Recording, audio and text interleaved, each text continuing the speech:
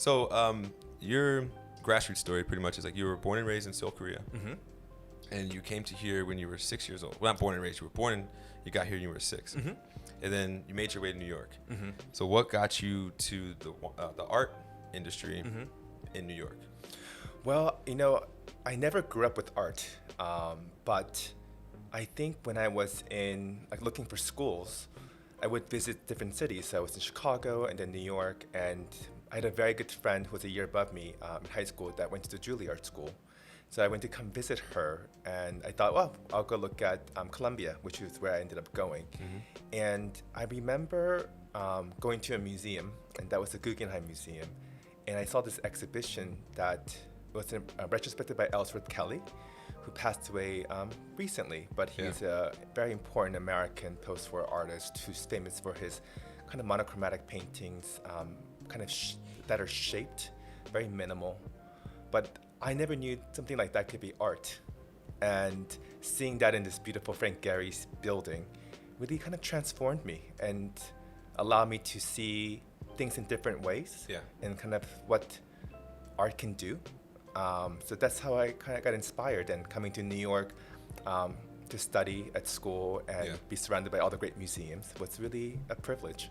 Yeah, I can imagine on some of your off days, you probably spent a lot of time going to different ones, like the Whitney, the MoMA PS1, maybe the MoMA itself. Like, did you spend a lot of time there as well? Like, I can imagine. Absolutely. I went to so many different museums. And I think what's interesting, when I came to New York, the museums, except for the Met, were much more intimate spaces and smaller. So it's interesting to see how gargantuan the museums have become today. But I think it's so important. And I love how crowded museums are. I mean, not crowded for viewership or viewing, but I think that people care enough to wait in line and see things, which I think is really great. Yeah, that's lovely. So what was your first job in the art world? Let's see. My first job after I graduated from college, I worked at a museum called the Cooper Hewitt Museum, which is on East 92nd Street, I believe, and Fifth Avenue. And it's part of the Smithsonian. And it's famous for its design collection. I was also kind of interested in design, but I worked in the drawings and prints department, cataloging a lot of their works in the collection.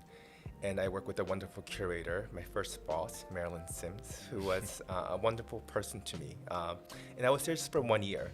And I wanted to explore the gallery world also too. The museum was really great, but things happened in a much more slower pace, I would say.